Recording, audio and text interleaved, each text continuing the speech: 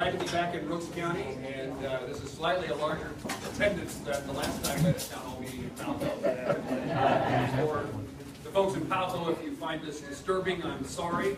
To those who traveled large and small distances to come to Palco, welcome to this part of Kansas, and we're delighted to have you in this part of our state. This is my 1,219th town hall meeting since I've been a member of Congress, and there was some question about why Palco, and my answer was this is actually the 5th time we've had a town hall meeting in Palco over the years of my time in Congress. We work hard at making certain that even though you don't live across the street from a courthouse, I grew up in a non-county seat town, and it seems to me that people ought to have a chance to have a conversation with their elected officials. My guess is we have some local elected officials here, and I'm hoping there are some local issues that I can hand off to you. I'm hoping there's some state legislators here that I can hand off some questions to you, and I'm happy to do any of that. But I guess with the significant issue of health care, that may be the dominating conversation, although I welcome conversations about other things as well. I'm away from Washington, D.C., as you know from the fact that there is the July 4th recess, and we're using this as a time to spend with Kansans, not just in town hall meetings. I think sometimes the thought is if you're not having a town hall meeting, you aren't listening. But, for example, I spent 2.5 hours walking Main Street of Hiawatha, Kansas on Monday, with people who might not show up at a town hall meeting, who might not have the opportunity to get away from work and to have those conversations. And yesterday, for example, stopped at St. Francis in Topeka to figure out what's the latest in their healthcare situation and what those folks might want to tell me about this topic. I've made some indications about where I am on the current bill that's was at least at one point in time pending in the United States Senate. And we had this conversation at my Lenexa town hall meeting. We kind of outlined the things that I would be paying attention to as this healthcare issue advances or is presented to Congress. And I indicated when the House bill passed the House, I'm sorry, I didn't say that quite right. When the bill was considered by the House and then withdrawn, and then the House passed a bill, in my view, that legislation was insufficient for the well-being of Kansans and Americans. And I indicated the same thing that about the bill that was being considered in the United States Senate.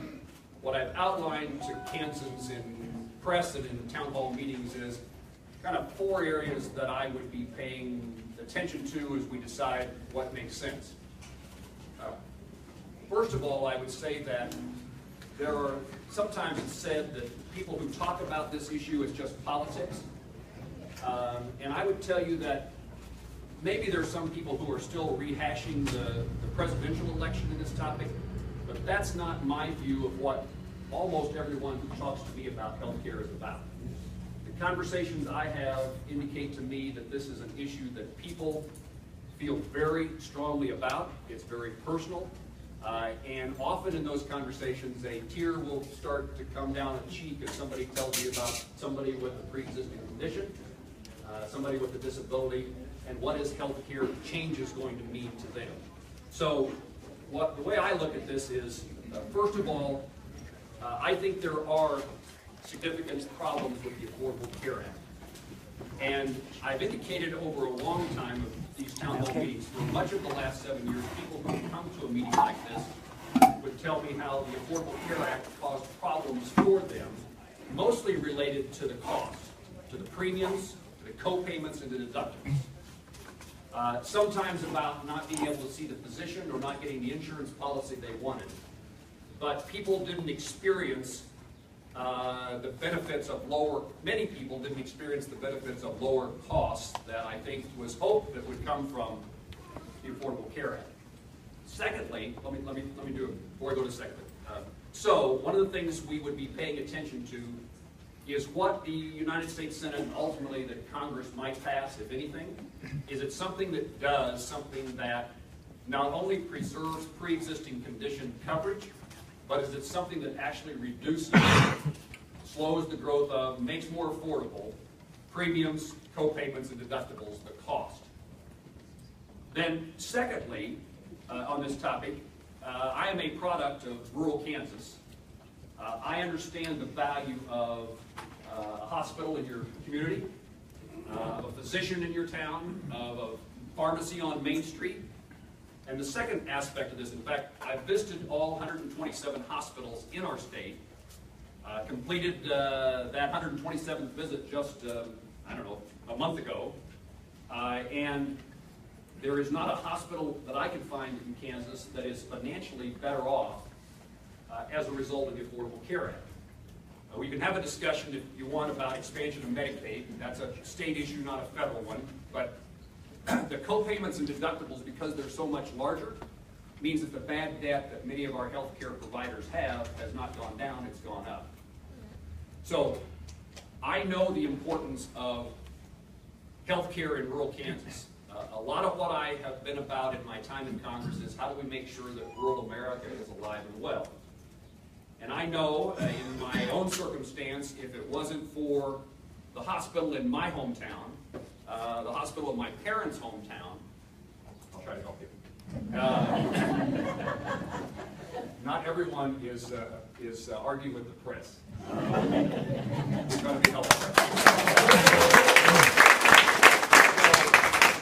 I know that in my circumstance, my sister and I would have had a conversation with my mom and dad, saying to them, I'm sorry, Mom, I'm sorry, Dad, in the absence of our hospital, in the absence of our community physicians, you need to move.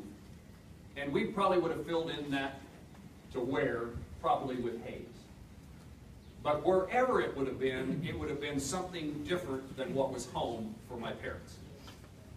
And my parents were able to live in a community that cared about them because there was a hospital, there were doctors, there was a pharmacist.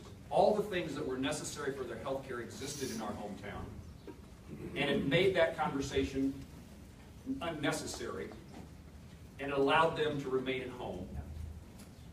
Again, with people who checked in on them, took care of them, got them to church, got them to groceries, and it would have been a different circumstance wherever else they would have lived.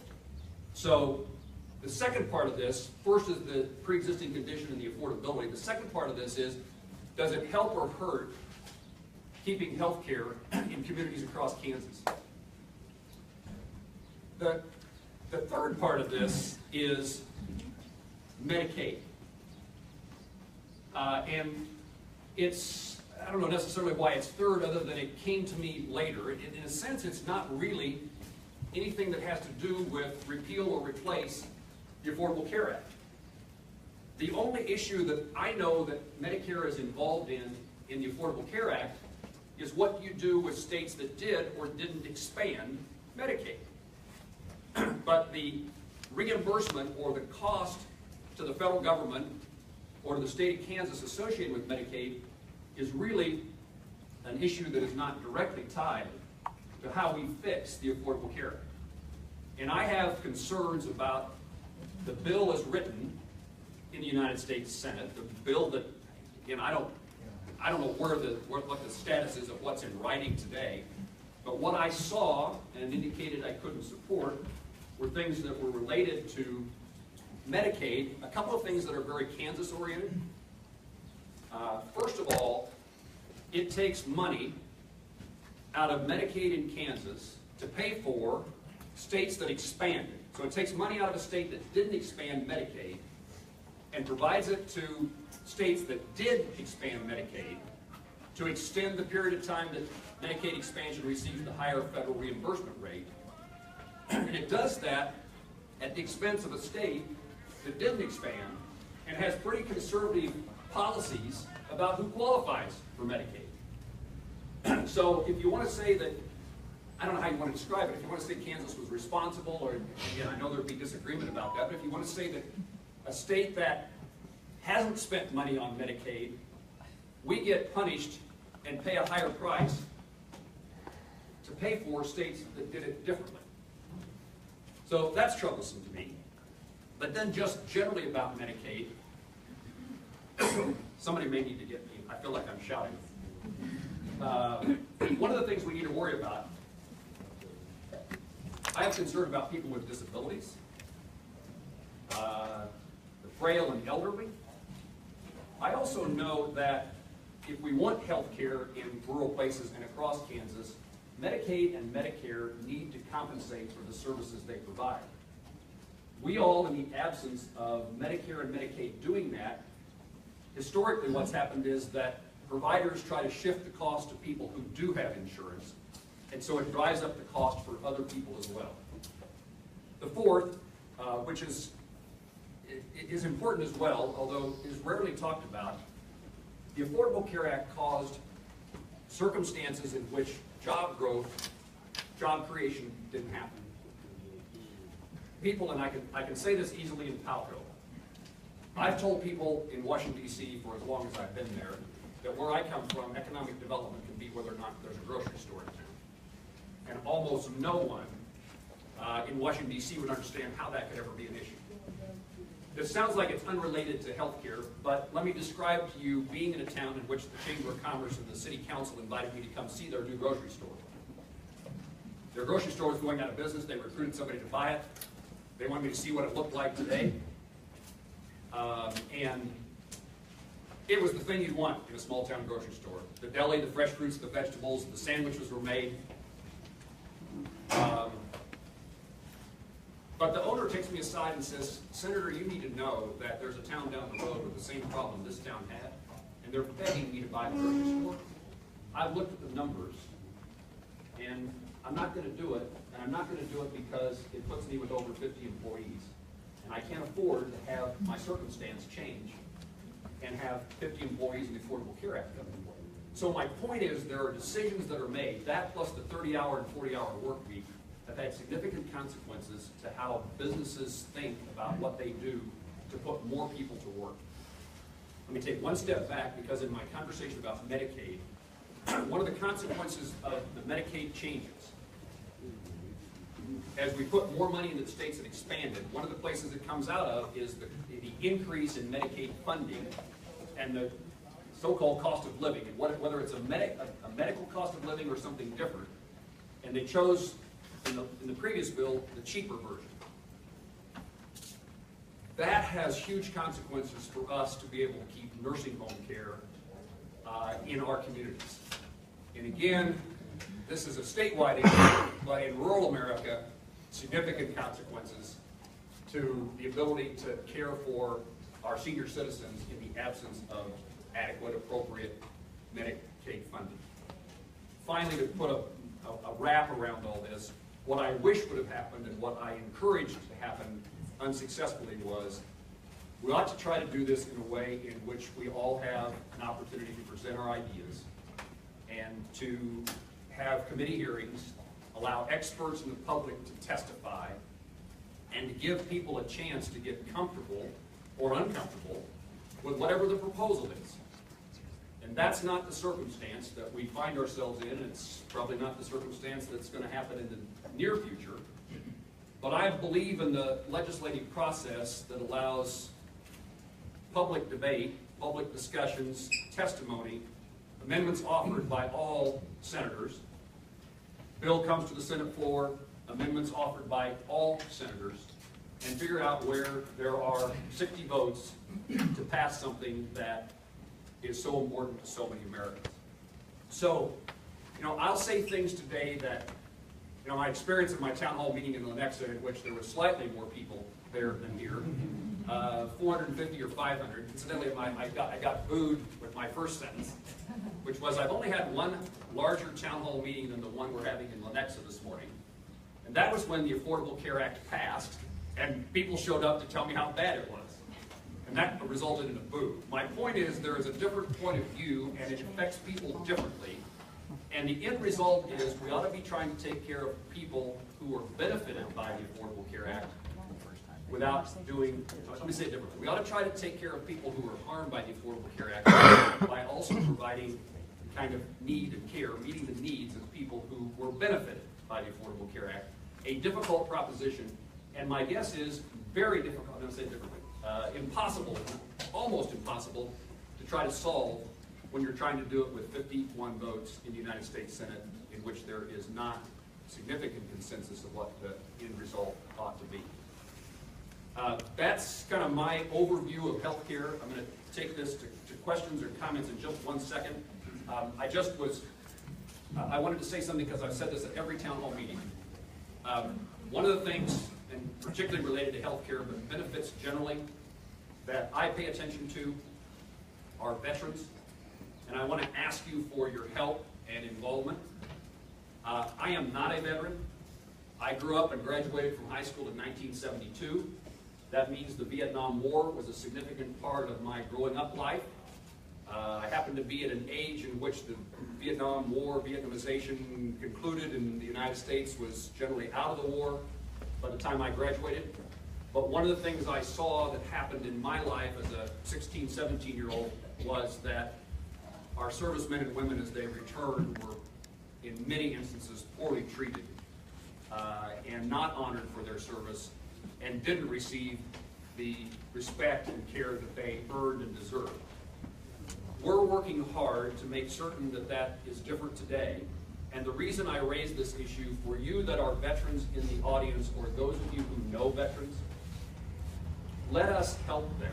One of the things we've been successful at doing that I think is beneficial, certainly to the veteran and to our rural healthcare providers, is a veteran has the option now of having care at home, in the hometown hospital. Walt, we've been trying for 10 years to get the VA to contract with community mental health centers to provide mental health services to people in their homes. The Choice Act now allows veterans that option. If they'd rather have care at the Brooks County Medical Center or the Graham County Hospital, Trigo Lemke Memorial, they can do that at their choice instead of going to Wichita or Denver or Topeka or Leavenworth. And that is a huge benefit for those who live in those states.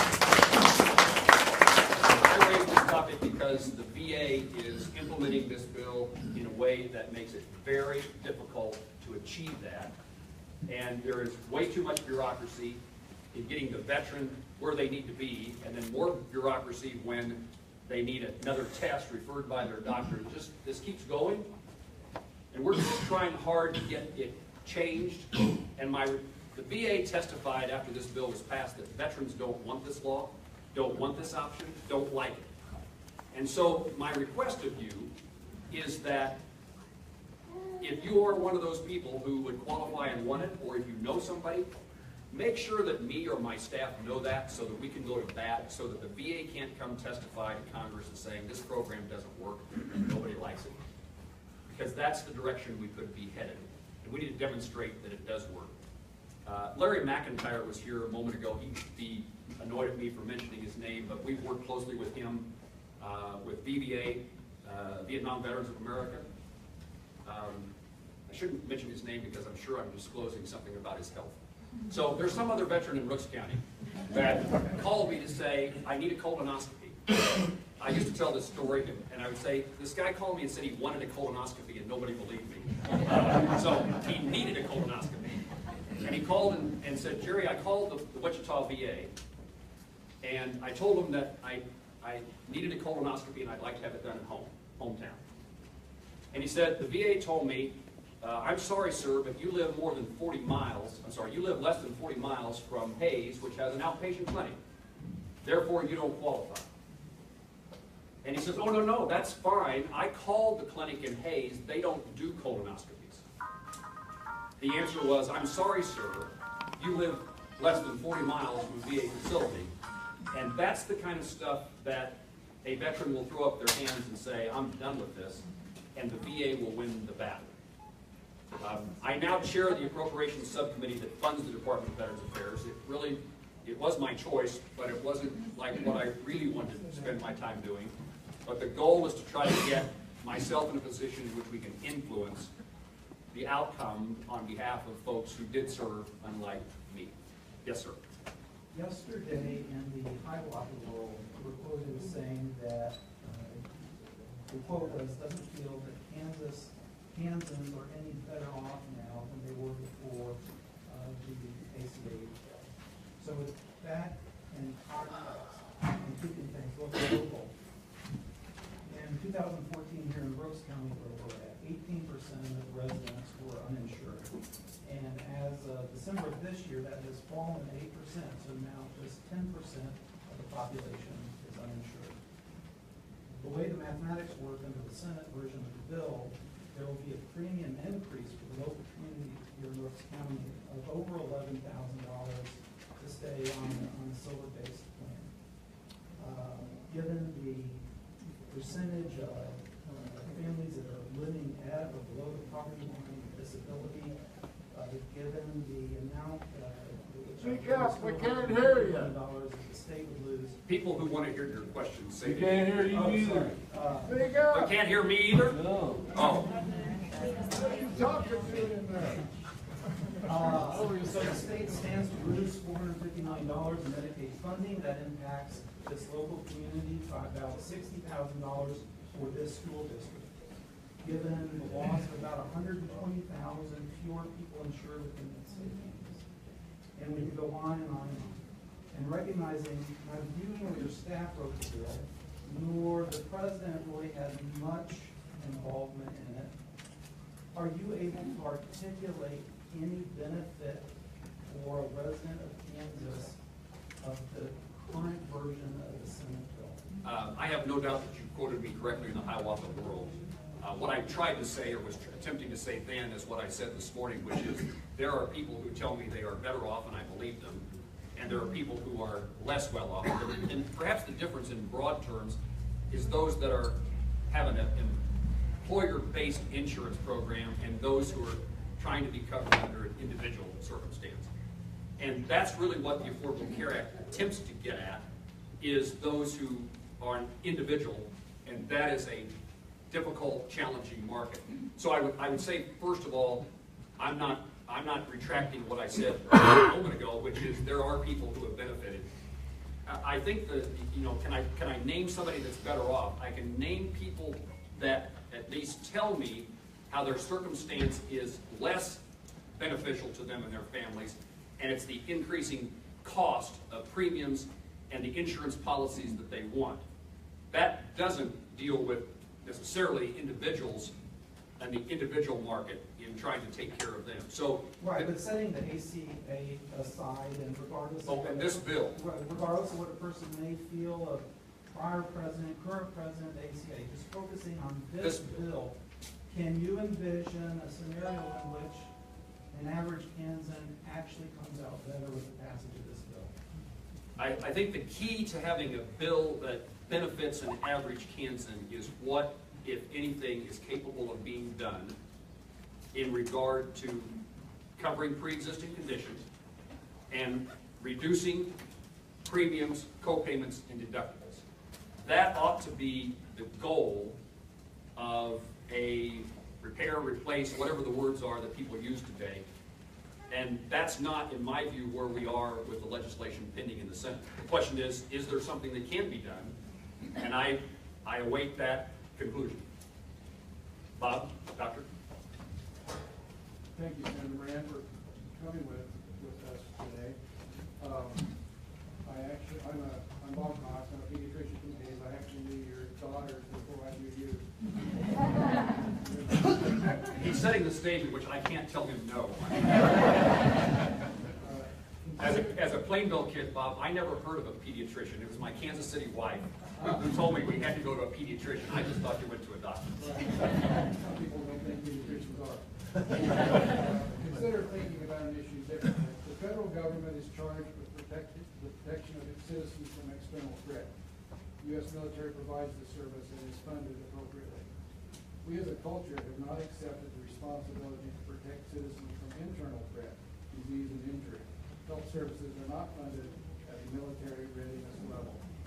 Why do we focus on half of the citizen protection external as a core federal work and leave the other half internal to a for-profit system failing to meet some needs, a system driven by market considerations?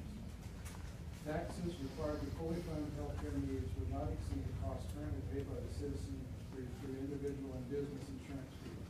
Yes, taxes would be increased, but costs would not increase. Efficiency in usage and practice might actually reduce overall expenses. What are the important needs of the country that are difficult, if not impossible, to meet by individuals or private enterprise? Certainly the military is on this list. That is met. We understand the impact on our country from a military attack. It is not an acceptable outcome. We are experiencing an internal attack, a broken health system, yet not funded or leading a satisfactory response. It can be addressed and resolved. Hard work and cooperation is always difficult. Reward is rich.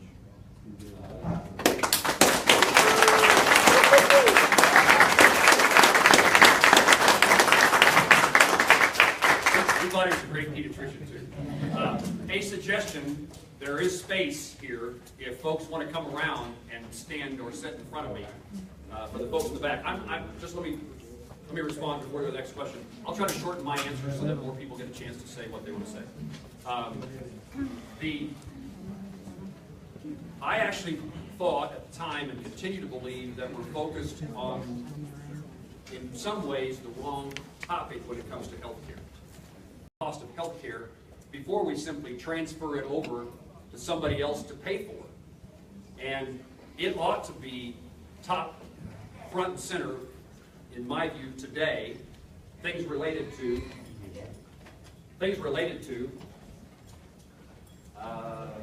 medical malpractice, things related to the cost of prescriptions, more physicians. We ought to focus more attention on community health centers as we try to figure out ways to keep people out of emergency rooms who are accessing health care that way. Attention to mental health. It's an issue we haven't talked about yet this morning, but so many times in Washington when the debate turns to something's gone wrong, all of us will say we need to focus more on mental health services for more people. That's not the consequence of the bill that's in front of us today, but is worthy of our attention because wellness, fitness, diet, nutrition, prevention is the biggest bang for our healthcare savings. And we ought to be investing in the National Institute of Health to find the cure for cancer and the treatment of Alzheimer's that drive up the cost of healthcare. Yes, sir. Jeff Zammersla, Mike's my cousin. You're the only other person in the room that can pronounce his last name. You should be able to. I do, Zammersla. First of all, thank you for having this town hall. Simple observation. Universal single payer, I know gets a bad name. What about Medicare for all? Because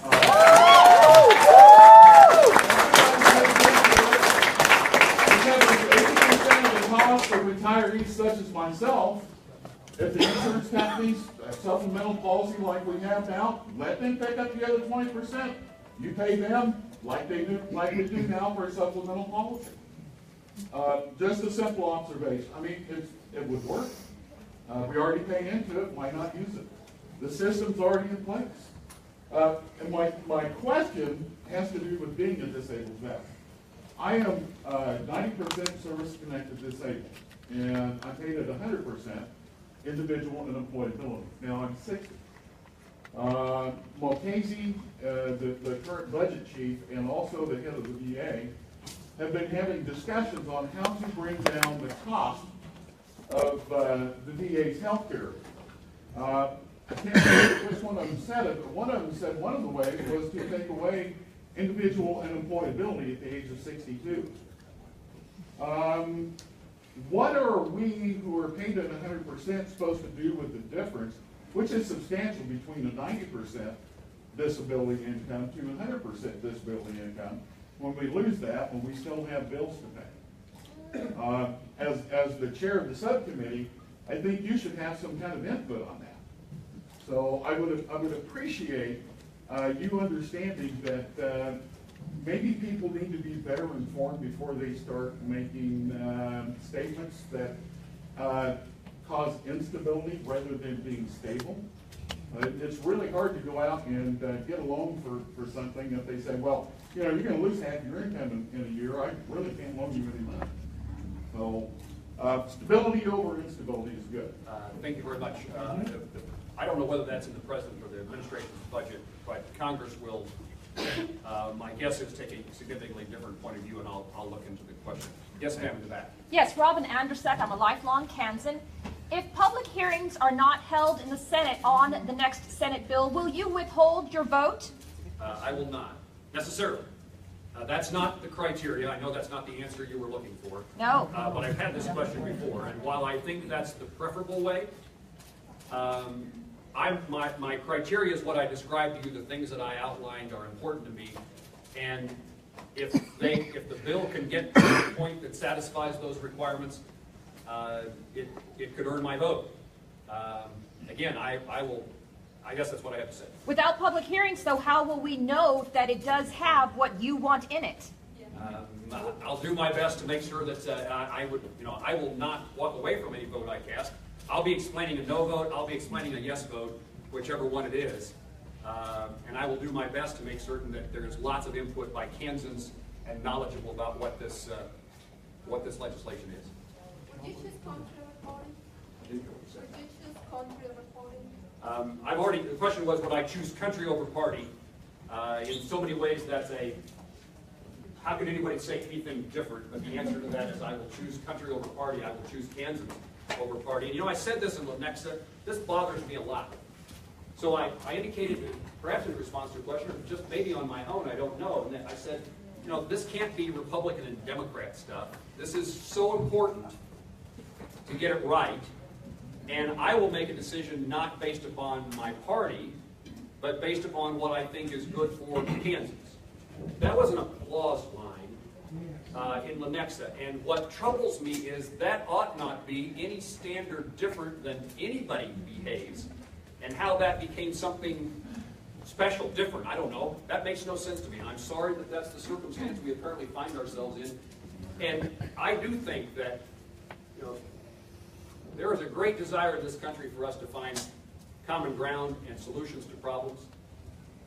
It was a lot more, I don't know that this job was ever supposed to be enjoyable, and if I told you that it was, you'd be mad that I had a job that I enjoyed. But when I got started in public life, the question was much more often, how can I help? And today the question becomes, who shall we fight? And there are things, I suppose, that you fight about, things you firmly believe in. During the Obama administration days, and people would call our office. Half the people would call and say, let me do it a different way. I'll finish that sentence. Half the people would call the office and say, don't you give in on anything. The other half would call and say, why can't Jerry work with these colleagues and get something done? There's people in this room who I know have said that to me. My answer to that is, the broad array of things, we have no choice but to work together and find a solution. While I am a member of the Republican Party, I'm elected as a Republican, let me say it that way. I am a member of a minority. And that minority is Kansas. That minority is rural. And it doesn't matter. I need to find allies, whether they are Republicans or Democrats, to work on issues that affect rural America. And because there's just not enough of us who care about these issues. On the other hand, there's a few things that are worth saying. I can't vote for this. Promises made, morals, integrity. But the vast majority of things we deal with require the meeting of minds. Now, there's a lot of, at the moment things are really pointed at Republicans. But I also know that Senator Schumer said that we're not going to help do anything to repeal or replace the Affordable Care Act. It takes two parties who want to come together, not just Republicans, not just Democrats, and it takes the American people to demand that.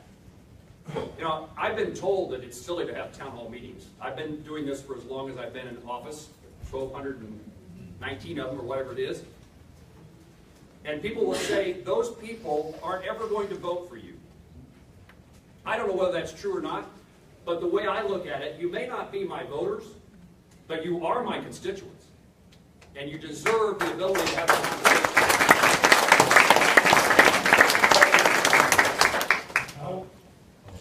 I was wondering, Yes, sir. do you think the pharmaceutical companies make too much money at the expense of just ordinary American people? There are some probably older people who have to decide whether they're going to have food or going to have drugs.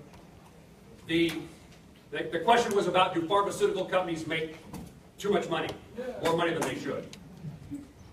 The way I would answer that is, it used to be when you went to see a doctor, when you went to the doctor, your health care was conversations, suggestions, sometimes hospitalization. Today, you almost never see a physician in which you are not written a prescription. That may be something we ought to deal with in and of itself, but prescriptions have become a significant way of how we treat people for improving their health. My view is that we've got to make certain, we got to do a better job than the circumstances we find ourselves in the law today, in which the things that I think about in regard to pharmaceuticals is that we need to have competition. And that means they have to have a period of time in which they recover their cost of development, but it can't be extended. They can't keep generics out. So we have a lot of work to do, in my view, with the issue of patents and licensing, licensing.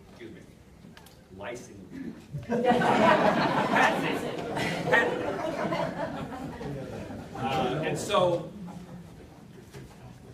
the answer is we need more competition so that drug companies have to compete with others and provide a better price structure for people who take prescriptions, and we need to significantly improve the availability of generics to accomplish that goal. We also, just as an aside, better deal strongly with opioid addiction in regard to drugs. Life cannot become just, here, take this, and you'll feel better. Yes, sir, reclaim the crown. Yeah. The last two presidents I've been troubled by their election, and most of that is because I feel that the executive branch has usurped the legislative powers. And right now I'm thinking of the REINS Act in the Senate and the repeal of the authorization of military force that was added to the House bill. I was wondering about your thoughts on that. Thank you for changing slightly the topic, but they're all related. My view is I can't say identical because I don't know exactly what your view is, but I share your concerns. None of you, I assume, really like Congress. I'll start with that premise. But we are the closest thing you have toward an ability to influence decisions in Washington, D.C. That's why we're here. That's why you're here. Most of you will never meet a president. Most of you will never meet a Supreme Court justice. And if you did, you probably wouldn't have a chance to influence how they think in their process. Maybe. The Constitution is the real reason that you ought to care about the powers of Congress. And in my view, Congress, I spent a lot of time complaining about overregulation during the Obama administration. But you ought to have the same kind of criticism for Congress. You can complain about an administration's overreach, but complain that Congress isn't doing anything about it. And my view is that the Constitution empowers Congress in a very special way, and our job as an institution is to rein in an ever-expansive federal government represented by the executive branch. Balance of power. Balance of power. I want a Congress. Oversight. Part of oversight. I'm a member of the Appropriations Committee. I want the appropriations process to work. I want to have a better shot at defining what the VA does because I have something to do with the purse strings. And for too long, Congress has done Congress has done continuing resolutions which fund the federal government next year at the same level as this year. And you do that a number of years. First of all, that's a terrible thing for priorities. None of us can live with the belief that what we spent this year is the same priority as we should have next year. And if you do that for the second, third, fourth year in a row, the priorities of 2014 are the priorities of 2017. That makes no sense. But here's the part that never really gets talked about. If we do nothing but a continuing resolution, which means we fund the government next year, same level as last year, no department secretary, no cabinet agency, no bureau chief has any reason to pay much attention to a member of Congress. The power of the purse string gives you the ability to tell them, you can't do this. Or at least gives you the ability to have a conversation with them explaining. Again, a rural guy, I want to be able to explain to the Secretary of Agriculture why when he or she does something, this is what happens in Kansas. And if I control their purse strings, we've got a couple of county commissioners here. I had this conversation at a town hall meeting in Goodwin. And I don't know, the register deed, the county clerk, the treasurer were there, and one of them, I think it was the register deed, says, I understand what you're saying. We don't really like our county commissioners. Sorry, John. We don't really like our county commissioners, but they control how much money my office gets, and I pay attention to them. And that's missing in Washington, D.C. And on the war powers, of all the responsibilities we have, in fact, I've grown in the way that I look at this issue. I don't even think we ought to do, I certainly believe that an administration has the power to defend our country and to respond quickly if we're under threat. But if we're going to go to war, it ought not be a resolution authorizing force. The Constitution gives us, the Congress, the authority to declare war, particularly the House. And if it is significant enough for us to ask young men and women to sacrifice for their country, you ought to expect your Congress to cast a vote, yes or no, and not hide from the decision.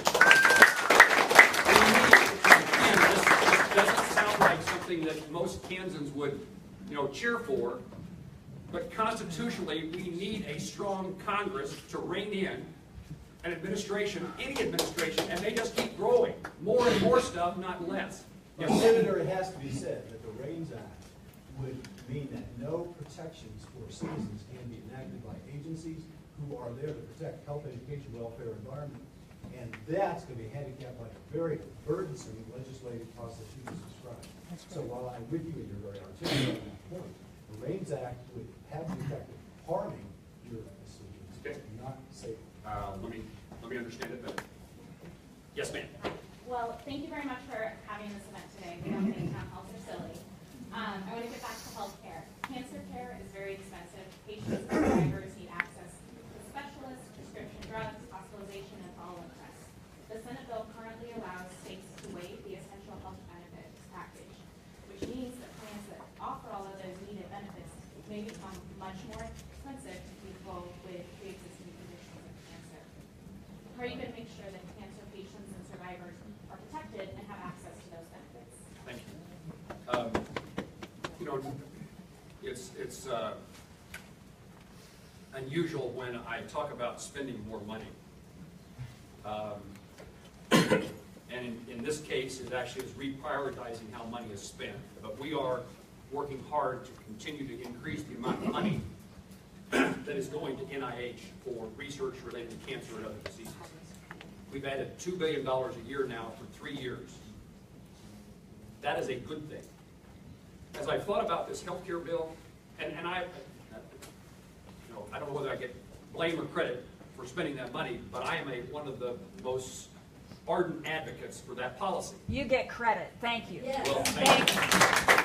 But what I would say is, as I thought about this health care plan, if we are doing all this research to find the cure for cancer, and what that mostly means is we're going to have people who are in trials figuring out whether new therapies, treatments, and drugs work to arrest the cancer, you also have to have in place the necessary financial ability for people to participate in the program. Otherwise, what I'm doing is advocating for a cure for cancer for people who are wealthy, I suppose, is the way to look at it. And people who can't afford it don't get the benefits. So I do a lot of my thinking driving down the road, and this is one of the thoughts that came to me as I'm going down the road is, it's all-encompassing. It's necessary to make certain that we don't just have benefits for those who can afford it. Kerry? Senator, thank you for your time, your many years of public service, both at the state level and at the federal level, your access here and in Washington. I want to applaud your position on the current health care bill. Yes, support thank it. you. I also want to ask you about Senate Bill 967, and that's a payment model. You may remember it as the doc fix in the past years. Yes, sir. Well, EMS has traditionally been tied to that doc fix. And year after year, as you remember, we've come and lobbied you to get support to help get that moved. Well, we've been moved out of the doc fix now, and we're in that Senate Bill 967. Of the 18 counties in northwest Kansas, 13 of those are considered frontier. And if that bill does not pass before January 1, those 13 counties, including our home county's EMS service, will take a 27% hit in their Medicare payments. And you can imagine what that does to Rooks County and Graham and right on down the road. So please have your staffers look at that. And I'd also ask if you have any information on the DEA bill that was going through about use of narcotics and how that was handled. Carrie, you were reminding me of a conversation that we had previously. Carrie is the Emergency Preparedness Director for Ellis County. That part I know, but I was trying to think of how we fit the 18 counties, but an advocate for all of 18 counties in northwest Kansas. We'll take a look at that legislation again. You remind me of it. And I don't know about the DEA answer. I'm happy to get back to you. Well, I'll get my card to one of your staffers.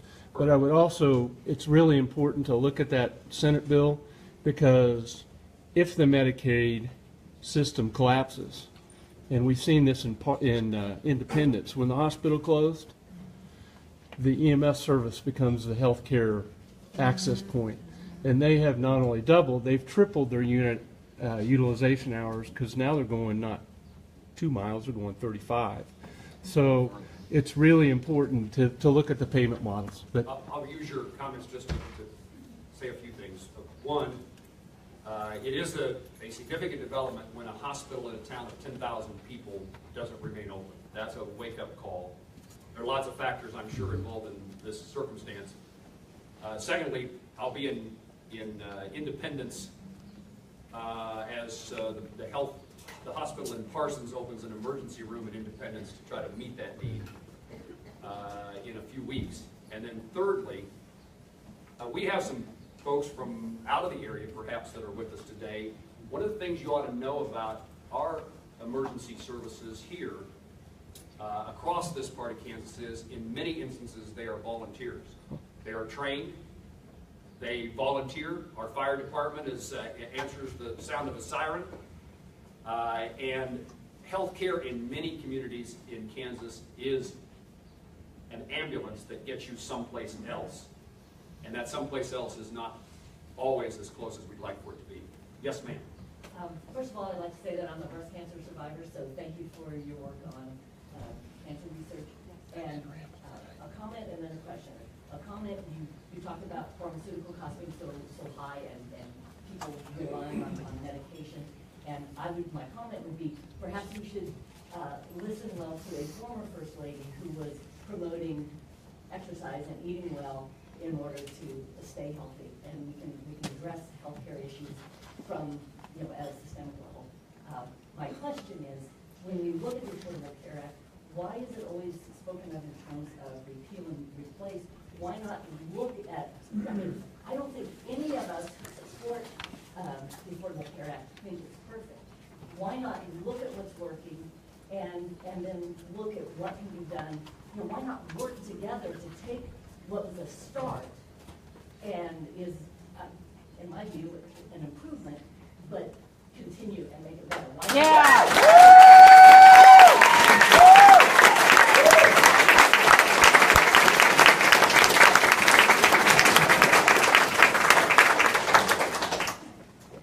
First of all, best wishes for your future well-being.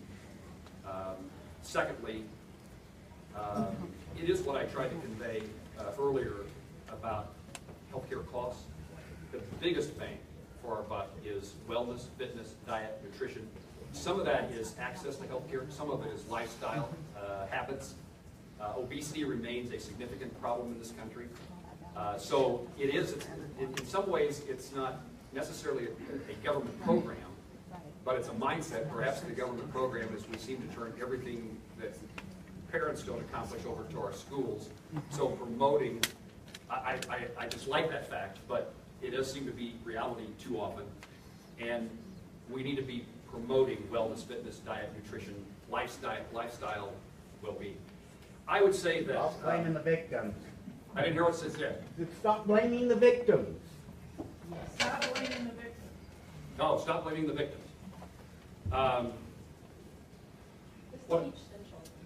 What I would say is, I think that this has happened many times in Washington, D.C., in which Republicans or Democrats take a particular hard stand, and then the other side bows up and, we're not going to help. This happened with, you mentioned the Affordable Care Act, this happened with Dodd-Frank, the financial regulations, in which, the statement was we're going to repeal Dodd-Frank, and then it needs fixing desperately. Our community banks are struggling from the regulations that come from Washington, D.C., and the absence of banks in the towns that we come from.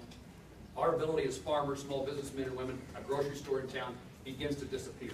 Buying a house becomes a challenge anymore because the banks are not making home loans in small towns like ours because of the regulations. My point is, when we said, Republicans said, we're going to repeal it, then the Democrat says, not 1 inch are we giving. And so the rhetoric puts us into the corners of the ring and never a meeting of the minds. And it's, again, something we want to avoid, but it hasn't been the practice. And yes, ma'am. I too would like to thank you very much for holding this town hall meeting. I think you're one of 3 in the country. Is really considered. My hand, I'm shaking a little bit. I came in here okay. And we welcome you and thank you for that, and thank you for your opposition to the Senate healthcare bill. I think, if I remember correctly, you were one of the first, if not the first, senator to sponsor a bill to repeal Obamacare 6 or 7 years ago. So it can't have been easy to say no to this first step to dismantling the ACA. And so we thank you for that extra effort there. Since the ACA passed, the whole country has changed. Back then, we were talking about death panels. We weren't talking about pre-existing conditions or support for children with disabilities or adults with disabilities. We weren't talking about seniors in nursing homes. These days, that's common knowledge, and the more we learn about healthcare, the more we change. Back then, the Kansas legislature would never have considered expanding Medicaid. But as you know, a few weeks ago, the moderate Republicans and the moderate Democrats put party aside and they voted to expand Medicaid, which would have, here in Brooks County, what is the median? It's like the median household income is of $37,000.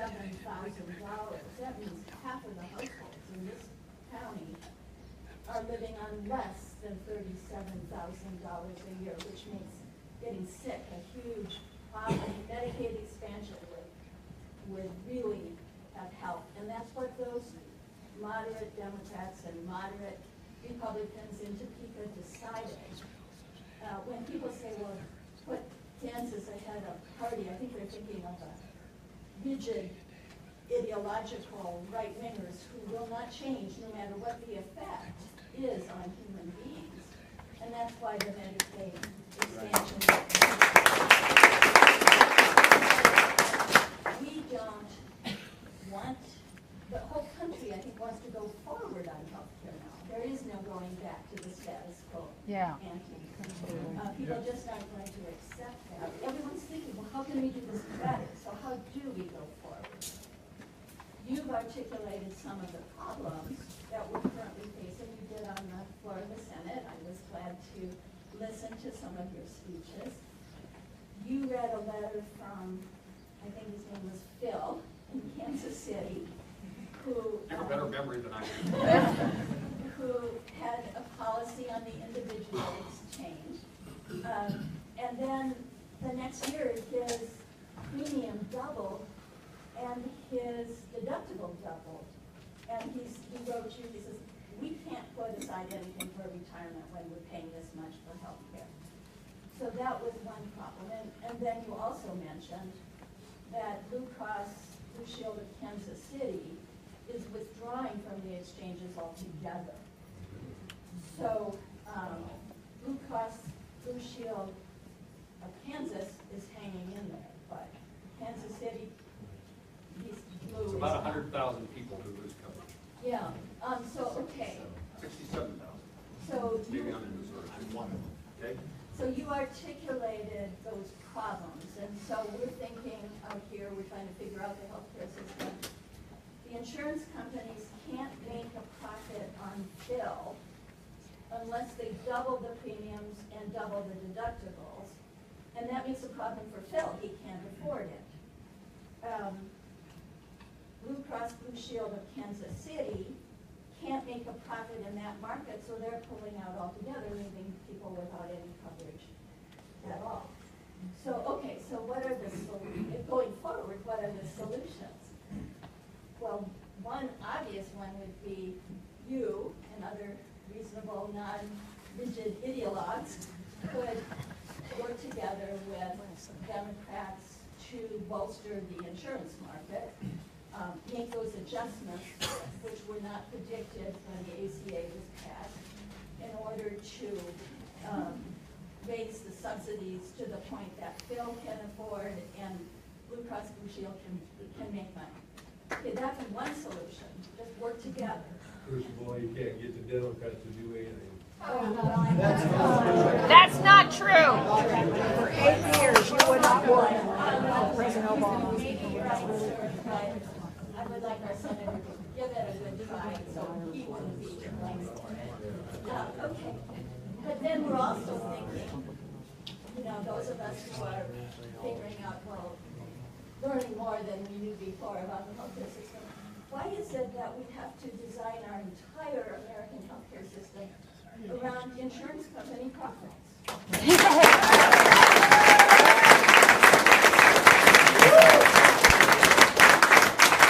Design our healthcare system around people, and I know Republicans have used that phrase, patient-centered care, for a long, long time. That sounds good.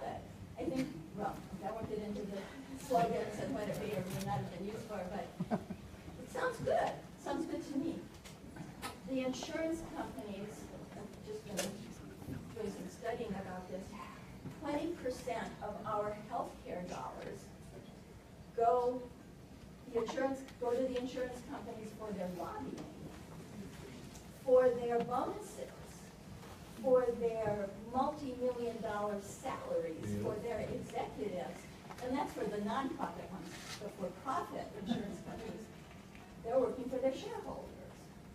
So that's a big raise in the price of healthcare, right there. And Medicare, in contrast, spends only 2% of our healthcare dollars for administration. 98% of Medicare spending goes for care. Yeah. So if we want to lower the cost of healthcare, let's get out of this these acrobatics and gyrations with tax subsidies and tax breaks and tax refunds in order to help people buy this whole array of insurance policies, which just raise the cost for hospitals of their paperwork. Why not go with a Medicare public option? For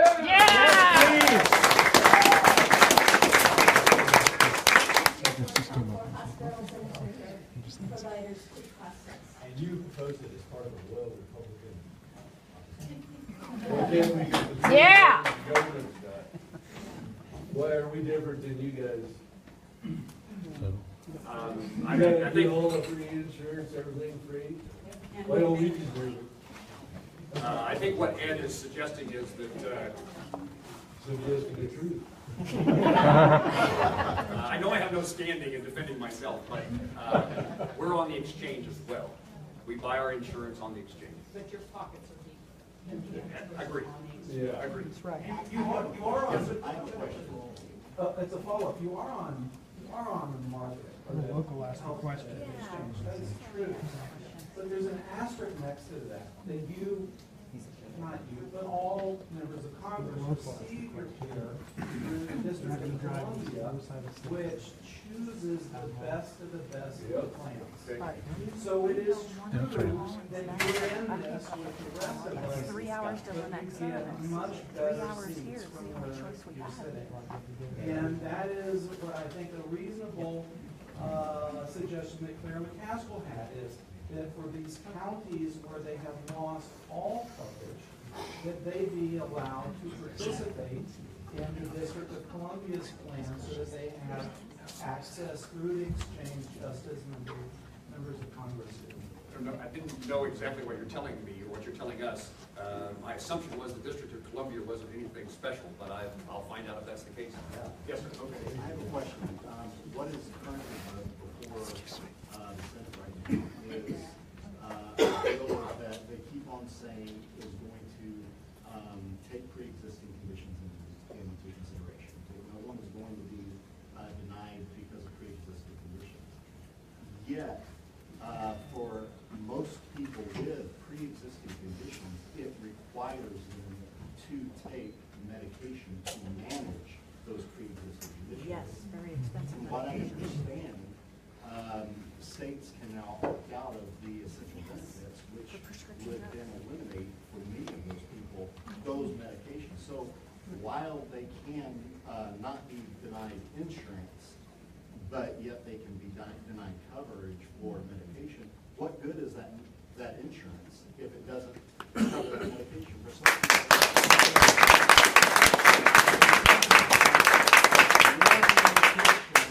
Is $1,500, $2,000 a month for one.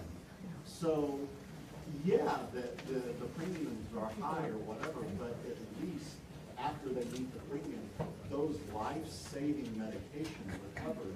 What are you going to do to ensure that at the very minimum, those people's medications are going, those are life-saving medications? It's $6,000 a month for an MS drug, over $80,000 a year. So that's very important. So I hear senators just talking all around it.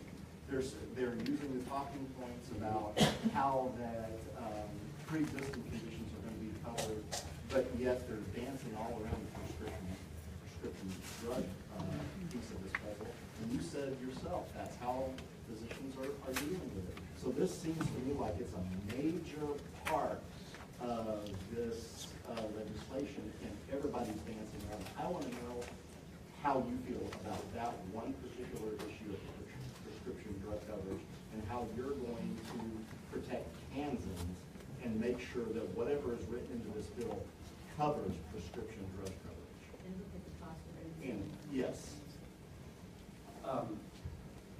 I'm not looking down at you. Okay. What I would say is that there are no talking points incidentally.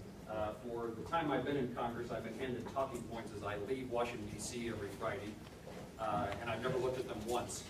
So what you hear from me is what I think, and no one's putting words in my mouth.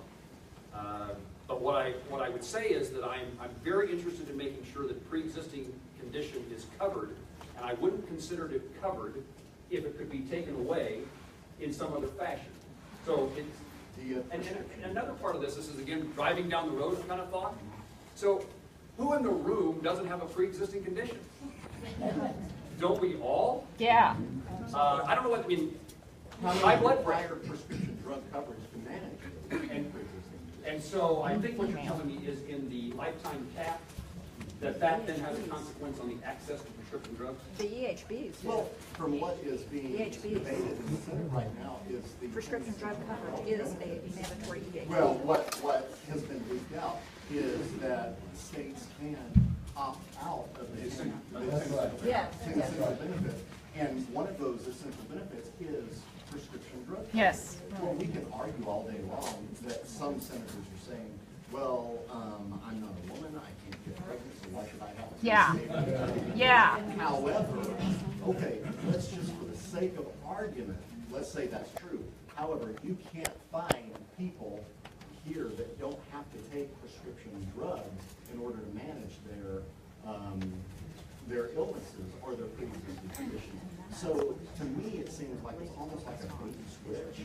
Okay, we're gonna give you, we're not gonna deny you on trade system, but we're going to allow the states to then opt out of your prescription drug coverage. So yeah, technically you still have insurance, but we're not gonna pay for the drugs to manage those insurance. If the state decided they're not going to. Right. Right. They would in Kansas, Right. Yes. Yes. So this is, Yes. this is a major thing. I mean, it's like, to me, it just seems like it's kind of a bait and switch type of thing. And so that's why I become an advocate about the prescription drug thing, because probably 50, 60, 80% of people in here rely on prescription drug coverage to manage their pre-existing condition. Yeah. I'm going to run out of time in a few minutes. Let me see if I can go quickly. Yes, sir? Did you not answer this question? Why didn't you? One of the issues I think we need to be concentrating on with healthcare is the access to disability healthcare. You know, with disabilities, there are various kinds of disabilities, there's various range of disabilities. But what I'm talking to you about is, the fact of the matter is that healthcare and disability are united. If you consider what the healthcare bill does, and you consider what disabled people face every day, like pre-existing health condition, prescription drug coverage, Vicki Hill has $10,000 in medical prescription drug coverage every year.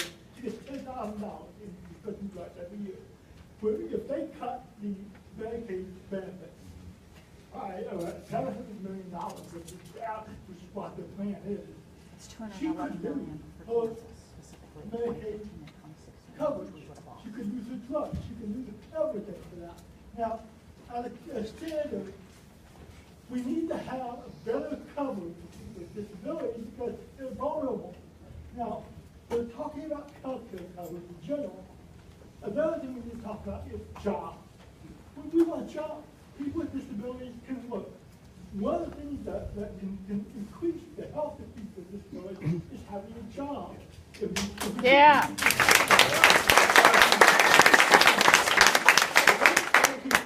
Get their health care. Thank you. Thank you. Vicki, we would not want to do anything that takes away your prescription. I can't work. If I don't have my prescription, I can't work. I can't get off the system. She wants to get off the system. She wants to work. She wants a job.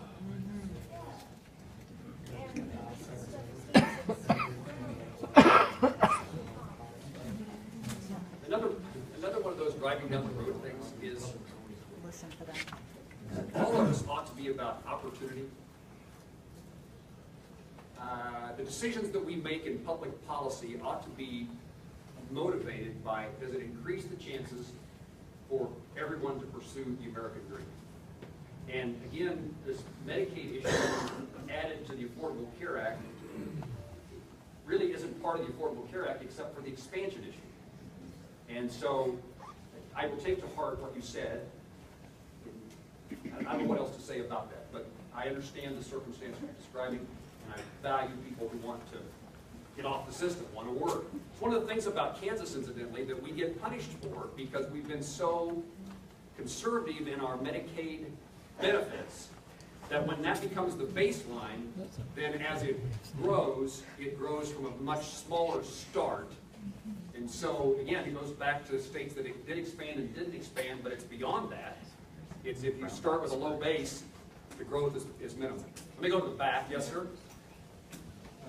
I'm Lucas Rhodes, student for life, Fort Hays State University. I just wanted to ask you, some scientifically, life starts at conception. What will you do as a representative to protect the most defenseless, the unborn? And do you feel it is ethical to use taxpayer money to fund organizations that profit from abortion? Taxpayer money isn't used to fund abortion. It's not the Hyde Amendment. It's not the Hyde No Amendment. place in this forum. Get your facts straight. That question should not be asked, has no relevance to what he does. Yes! Woo! I think we let anybody ask any questions they want. Yes, sir. Hi, Nathan Grebwick from Plainville, Kansas. Hello, Nathan. Thank you for coming out today and hearing us. One of the things that you've talked about frequently today, at least, is that kind of idea of a meeting of the minds between the Republicans and the Democrats, because quite honestly, we can't get much of anything done if there isn't some form of civil discourse. As a democratic socialist in rural Kansas, like, I have to be willing to have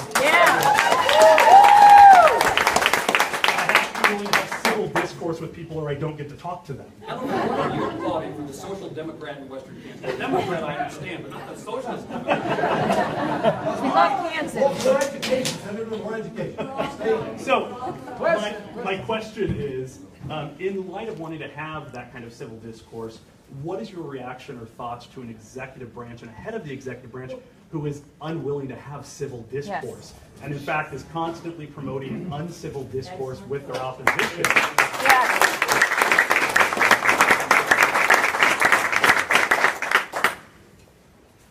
The things that are said in so many instances on Twitter are offensive. They diminish the chances of finding common ground. And I, as an elected official, we have 2 daughters. I want them to have the sense that their dad's position is something that can be esteemed, honored. And the idea that maybe the better way of saying this is, I believe that God made each one of us in this room. And therefore, who am I to dismiss, to diminish the value of what someone would say in rude and insolent ways? So as a moral kind of issue, as a practical issue in trying to accomplish things, we need leadership, presidential and otherwise, in this country that brings us together and not pulls us apart. I said this earlier, that when I started in politics, it was a lot about how can you help.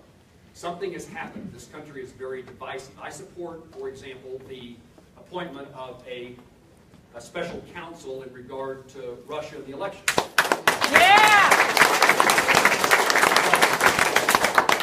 I believe that the person that's been appointed qualifies in this regard, but here's what I think has to happen for all of us.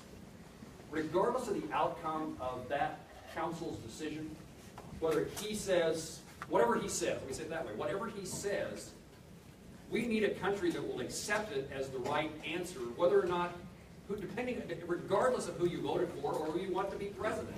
Yes. This needs to be something that brings us together and pulls us apart. And in so many instances, we all now watch our own news.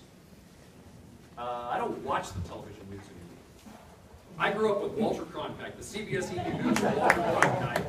When he retired, I discovered he was very liberal, in my view.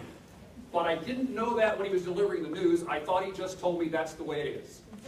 I would love to have news delivered that way.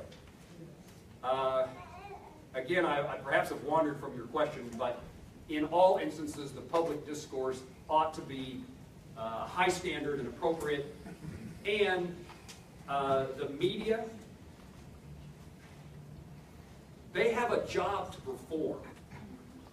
And my circumstances as a representative has been so many instances in which the media has found corruption, mistakes, errors, bad government, and their reporting is what allows members of Congress then to find the information to pursue an issue.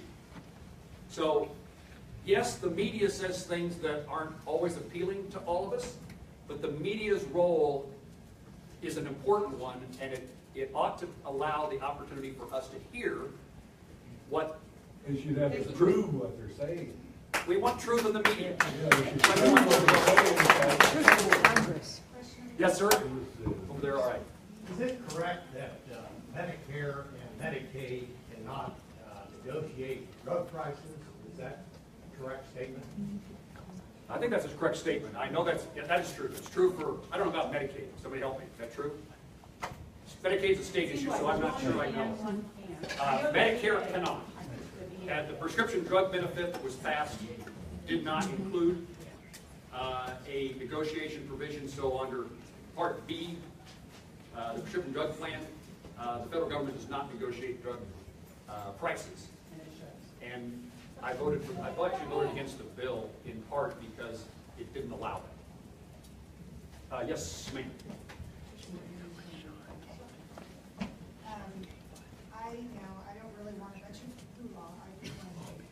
I view the Affordable Care Act as socialized medicine. And if you want to know what socialized medicine is like, follow an intern that has no desire to work in it. Follow one of them around a VA hospital and find out what that socialized medicine is all about, because it's awful. Yes. Their care is awful. I'm 100% disabled, I can live all of that. Well, I've never had a problem in well, if you 18 years. Yeah. You go to one and you follow I do go to one all the time. He's a patient. Yes, ma'am. That's not entirely true. I appreciate that you said that you think the Republicans and Democrats need to work together. That's all. I think when this healthcare act the Republicans did in secret, now that people have leaked and we know now more about it, there's only 12% approval of it. That means people want the Republicans to work with Chuck and work on the ACA act, not make a whole new one. We know there's pieces broken, like you said. But let's work together and not be children and be in your own side of the rings. And I think you're willing to, you say you're willing to do that, but you and Democrats have work on the new act. I think the majority of people want to keep ACA, and they want Republicans to come to the table with the Democrats and let's work on what we already have, but fix it. Kansas, lead the way. So I'm here on behalf of the American Cancer Society and Cancer. Yes, ma'am. Good to see you again. Reading a question. Senate bill will cut the number of people served by Medicaid, and that includes many cancer patients and survivors. And 1/3 of children with cancer are on Medicaid when they're diagnosed. So how will you ensure that cancer patients on Medicaid will not lose access to that critical safety net as Spike has stood in for most? How I would answer that is I've indicated my criticism or opposition to the Medicaid provisions in the bill, particularly as they relate to children and people with disabilities. And your reminder, and I said earlier about we can do all the research, but if you can't access the care, then the research doesn't benefit all Americans. So I think we're compatible in the direction that I'm going. I'm waiting to see what the next version of this bill is. Yes, ma'am? Yes, LaBreche Cobb from Hayes. I wanted to link something that you said to some of the other people in the room. You talked about continuing resolutions that you thought were bad because priorities are not the same as in 2014. And so I think some of what they're saying is healthcare priorities. That's what this is. Yes. So if you don't believe in continuing resolutions and priorities change, then the same is with healthcare. Priorities have changed in the ACA. More people are for than against it. So I just thought that Good analogy. that was an interesting juxtaposition. The second thing is a topic that hasn't been talked about, and that is trade, which is very important to rural Kansas. And in March, you actually introduced a bill to lift trade restrictions with Cuba, or suggested, I don't know if it was actually introduced yet, to try to help open rural markets, rural exports to Cuba for beef and for wheat. And so I'm wondering, a couple of weeks ago, Trump came out just wanting to basically roll back the former administration's openings with Cuba. And that leads to a larger issue of this administration's views on trade and how that's going to affect the people in Palco and in surrounding Cuba. My view on Cuba has been long-standing, I think, going back to the year 2000. I think unilateral sanctions don't work. We're the only country who doesn't sell to Cuba. Therefore, when we don't sell wheat, France does, and Cuba has wheat, we don't have the income for selling that wheat. I've said on the Senate floor and on the House floor over the years, in Kansas, the goal of the embargo was to change the government of Castro. I've said on the floor, Kansans will try something once, and if it doesn't work, we might try the second time. We might even try the third time, but at some point in time, we're going to decide this doesn't work. And that's where I think we are, so we end up handicapping ourselves with no result, no change. And my view hasn't changed in the time that I've been involved in this. I started in this issue in a very provincial, very Kansas way, which is we need every market we can get. And we're back to that position in today's ag economy, in which commodity prices are what they are, and we can't afford not to be selling things around the globe at every opportunity. And exports is one of the best ways that we can move grain. I saw the pile sitting out here at Palco. And so that continues. It's a very divisive issue too, in that there are those who strongly oppose this. But I think it's changing. I think ultimately we'll win this battle. The consequences of selling to Cuba they're modest. They don't change the price structure of wheat, cattle, or corn. But there's a principle here that we ought to have that market. And the same would be true of Mexico is our largest customer of agricultural products. And so the issue of NAFTA has a result on us and our ability to earn an income. I don't know what, I would say 99%, 98% of the mouths to feed are outside the United States. And we need those markets. And so our relationship with Mexico and Canada related to NAFTA. In fact, I invited, and he accepted my invitation, I invited the ambassador from Mexico in my office a few weeks back to make certain that there was an understanding that while there's negotiations going on, we want to make certain that we lose no opportunity to be selling the things that we produce in Kansas. And we're going to continue that kind of effort to make certain. I know you're not like this, but can I take one more? And if that's what you'll say, as long as it's mine. Who has a nice question? Right here. The nice question. All right. One in the back, none here. Yes? See, typical politician. You want me to have backbone, but I can't tell any of you no. Where do you have to be anyway, Senator? You can stay another hour. Yeah. Yes, ma'am. Yeah, well, Senator Moran, we invited you for a town hall to Salina, Kansas. That's where I'm from, in early June. Yep. And you just disregarded our invitation. There were a lot of people there that were expressing concerns about the Senate bill. And one of them was a doctor. And here's what he had to say to you. And I'm quoting him. The reality for me as a practicing physician is that the free market has basically failed in allowing access of the general population to get medical care.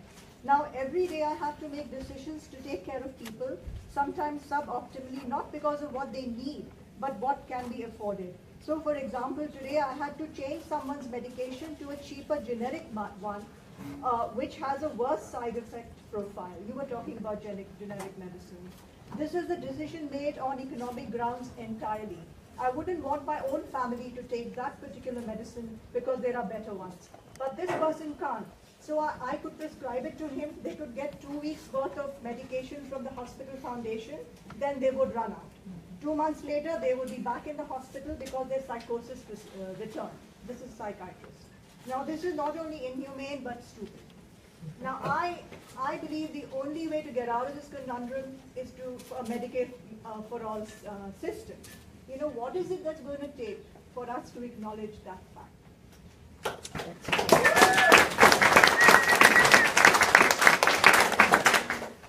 We need to make sure that Medicare stays solvent before we provide. Again, that was a Medicaid issue. Medicaid. Well, maybe you said, I think so. Medicare. Okay. It's actually Either one. Either way. Put them together. Yes, sir. Okay, my question is in regards to mentally handicapped adults. Okay. Okay, in January, Social Security giver rate, which consisted of $3 from the system. Well, so this is Social Security disability. Social Security. Okay. Disability. Right. Okay. My sister's take-home pay was $3 a month. My question is, in May, the CanCare clearinghouse sent a letter to her name that her patient obligation was going to be $246 because of the $3 raise Medicare benefit. So because her income went up, her expenses went up. Right. Okay. Just way $3 a month more than $246 a month. Okay, that's, she has obligations to the provider that takes care of her of $550. You throw on $246, that's frankly almost $1 million. The federal government says she is allowed to have maybe $60 to $70 expenses. You start subtracting that from 993, she comes down to less than 48, let's say $50 a month to buy female clothing and stuff like this.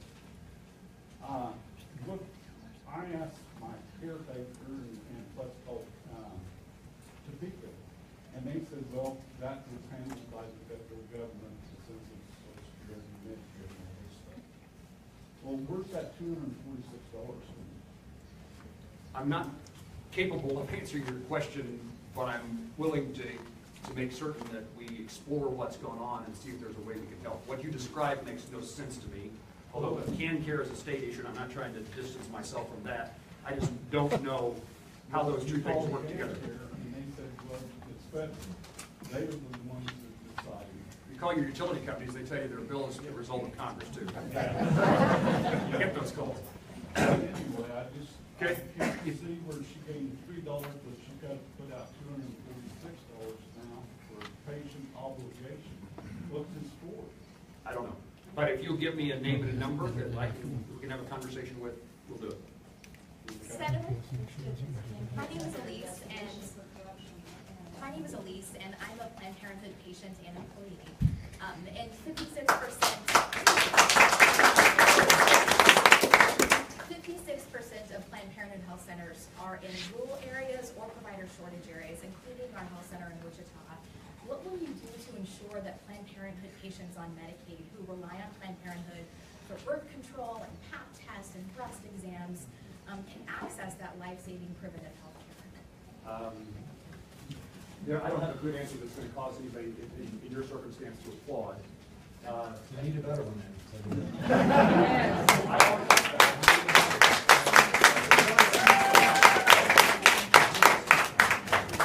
Shoes on the other foot. I am leaving. You all have been polite, respectful, which is what I've experienced in Kansas. Again, people tell me you're an idiot to do this stuff. But I recognize I have a lot to learn, and I trust the judgment and common sense of Kansans. We're not always going to agree, but I have the opportunity to pay respect to people who have points of view that I need to hear. And we'll continue this conversation into the future. The Salina will start under 10 all week. You know, there'll be town hall meetings across Kansas. We do 105 of them. We don't do town hall meetings except when I do them myself. I mean, I organize them. I didn't come to the invitation that you extended to me. We would have loved it if you would have organized it. You didn't, so we invited you. Okay. That's simple as that. We'll work to get there. I'm trying to figure out what's my best exit, but I can't find it. Where does that go?